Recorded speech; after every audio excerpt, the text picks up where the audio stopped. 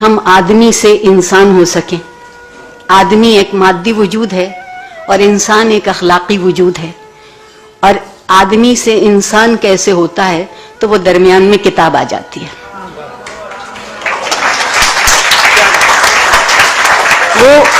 वो चाहे वो किताब हो जो आसमानी हो, और चाहे वो किताब हो जो इल्हामी हो, और चाहे वो किताब हो जो ख्वाबों की ताबीर ढूंढती हो।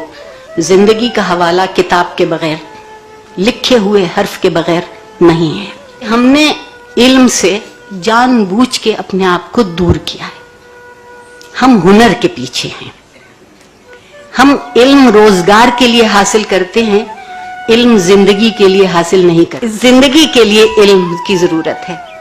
और ये जो किताब से रिश्ता है, हर्फ से रिश्ता है, कौल से रिश्ता है, ये दरअसल एक विरसा दूसरे तक मुंतकिल होने का वाहिद जरिया है। जो बचपन की कहानी थी ना कि चिड़िया लाई दाल का दाना और चिड़ा लाया चावल का दाना, अगला जुमला बहुत मानीखेज है और मैं आजकल के तमाम सिनफी लोगों को ये कहानी सुनाती हूँ। दोनों ने मिलकर पकाई और दोनों ने मिलकर खाई। मगर अब हम इस कहानी को यूं लिखते हैं कि चिड़िया ही लाई दाल का दाना और चिड़िया ही लाई चावल का दाना, एक ने पकाई दूसरे ने खाई।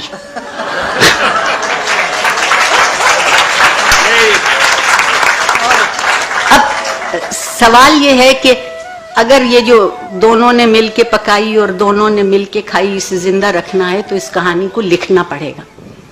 और अगर ये कहानी लिखी हुई है तो ये कहानी पढ़ी भी जरूर जाएगी। मैं चंद मुताले की आदत हमारे यहाँ खत्म होती जाती है। उसकी एक बुनियादी वजह है, किताब सोचना सिखाती है।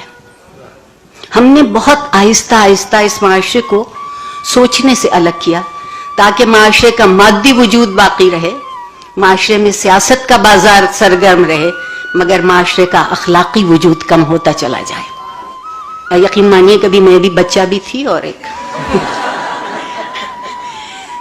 लाइब्रेरी होती थी और एक आना लाइब्रेरी कहलाती थी। वो खोखा जिसका जिक्र किया है गाजी ने, वो खोखे मौजूद थे शहर में। बल्कि कुछ लाइब्रेरियां तो चलती फिरती लाइब्रेरी थी जिन्हें गश्ती लाइब्रेरी कहते थे। और यहां जो लोग पंजाबी समझते हैं वो इस लफ्ज को भूल जाए। अब एक माशरे की तरजीहात देखिए। अखबार में इश्तहार आता है 1000 रुपए का पिज्जा सस्ता है। बेहद सस्ता हो गया। 1000 रुपए का पिज्जा 4 लोग खा सकते हैं और उसके साथ एक पेप्सी की बोतल, हाँ, राहते जहां के लिए मुफ्त साथ आती है। जब कोई हमसे ये कहता है कि 500 रुपए की किताब खरीद लो तो हम कहते हैं किताबें बहुत महंगी हो गई। मेरी गुजारिश यह है कि 1000 रुपए का पिज्जा 4 लोग खाते हैं और सुबह तक उसको किसी तहजीब में शुमार नहीं किया जाता। 500 रुपए की किताब एक शख्स खरीदता है और शायद 100 लोग उसको इस्तेमाल कर सकते हैं और वो हमेशा तहजीब में शुमार की जाए। अपना चेहरा भी देख लेना चाहिए। गो कि हमसे हमारे चेहरे हमेशा झूठ बोलते हैं। हमने अभी तक खुद फरेबी से अपने आप को अलग नहीं किया। खुद फरेबी में लुत्फ यह है कि वो नजर आता है जो नहीं होता और जो होता है वो नजर नहीं आता। सिर्फ किताब वो आईना है जो वो दिखा देती है कि जो था, जो है, जो होगा और जो हो सकता है वो सब नजर आ सकता है। बेहद शुक्रिया।